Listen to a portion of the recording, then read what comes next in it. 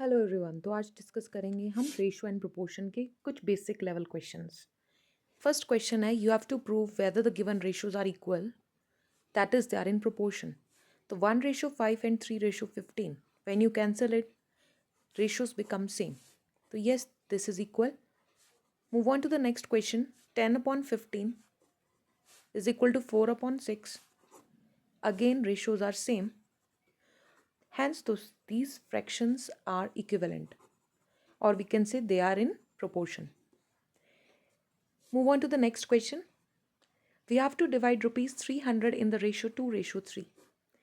So we know 2:3 we can write 2x and 3x. So when we add it, it becomes 5x. So 5x is equal to rupees 300. From here, when we cancel 300 divided by 5, x comes out to be 60. So 2x comes out to be 2 into 60, that is equal to 120. 3x comes out to be 3 into 60, that is 180. सो आप 300 को अगर 2:3 में divide करोगे तो आपको मिलेगा 120:180.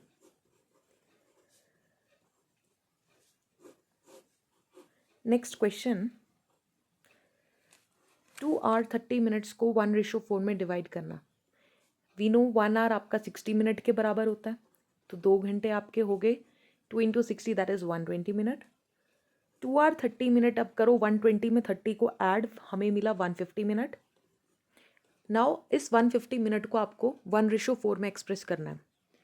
सो again we can write 150 minute is we can divide it in the ratio 1:4, or we can write x, 4x.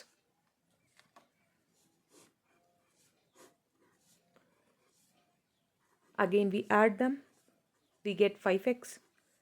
So 5x is equal to 150. X comes out to be 30. So 30x is 30, so 4x will be equal to 4 into 30, जो आपको मिला 120. सो आप इसे 1:4 में divide करेंगे तो आपको मिलेगा 30:120. Okay, or we can say 30 minutes to 120 minutes. Next question. Ratio of expenditure and saving in the family is 5:2. If the expenditure is rupees 2,500, what is the saving? So expenditure upon saving is equal to 5/2. We can write here as 5/2. Expenditure की value आपको दी है 2,500, तो आप लिख सकते हैं 5x equal to 2,500. अब आप डिवाइड करेंगे तो x आपको मिलेगा 2,500 divided by 5. It comes out to be ₹500. तो सेविंग्स फाइंड करनी है हमें, तो सेविंग मिलेगी 2 into 500, जो कि मिला आपको ₹1000. Our next question is, a box of sweets was divided between Sarvanam and Kumaran in the ratio 3:4. If Sarvanam get 36 sweets, how many sweets did Kumaran get? And what is the total number of sweets in the box?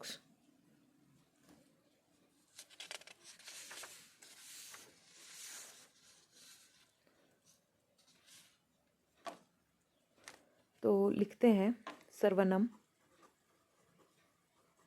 और Kumaran. Ratio is given 3:4, तो we can write here as 3x and 4x. अब 3x की value आपको 36 दी है, 4x का हमें नहीं पता, तो हम क्या करेंगे, 3x की वैल्यू को इक्वेट करेंगे 36 से. 36 divided by 3 comes out to be 12, तो x की वैल्यू आपकी 12 आ गई. तो कुमारन के पास स्वीट्स कितनी होगी, x की वैल्यू सब्सटीट्यूट कीजिए 48. अब इन दोनों को ऐड कर दो, total sweets comes out to be 12 plus 48. Yes, so there were total 60 sweets in the box. So our next question here is, mixture A has cement and sand in the ratio 1:4, and mixture B has cement and sand in the ratio 2:7. Which mixture has more sand? Means आपको mixture A and B को compare करना है. Okay. तो A and B हमने लिख लिया 1:4 और 2:7. We can write it 1/4 2/7. So basically these are proper fraction we know. What we have to do, we have to make them equivalent. Either we can make the numerator same or we can make the denominator same. So the shortcut method is I am making this multiply with 2. 1/4 is multiplied and divided by 2. We get 2/8 and 2/7. अब आपको पता है कि proper fractions में अगर कोई denominator आपका big है then that number is the smaller one. So here we know 8 is greater than 7, but when we do the reciprocal, so 1/8 is less than 1/7. Similarly 2/8 is less than 2/7. So mixture B has more sand. The last question, ratio of sand to gravel in a mixture is 7:8, while the gap between gravel and cement is 6:7. What is the ratio of sand to cement in the mixture? तो sand को S मान लो, gravel को जी मान लो और cement को आप सी मान लो. S/G की वैल्यू 7/8, G/C की वैल्यू 6/7.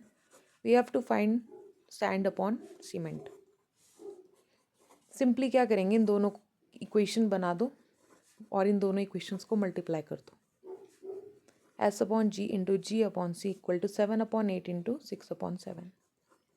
यहाँ से आपका जी कैंसिल हो गया, 7 और 7 कैंसिल. फिर क्या मिला आपको, sand upon cement equal to 6/8. Cancel करेंगे तो ये मिलेगा 3/4. तो सैंड अपॉन सीमेंट की जो रेशो है it comes out to be 3/4. Okay, just to try the question.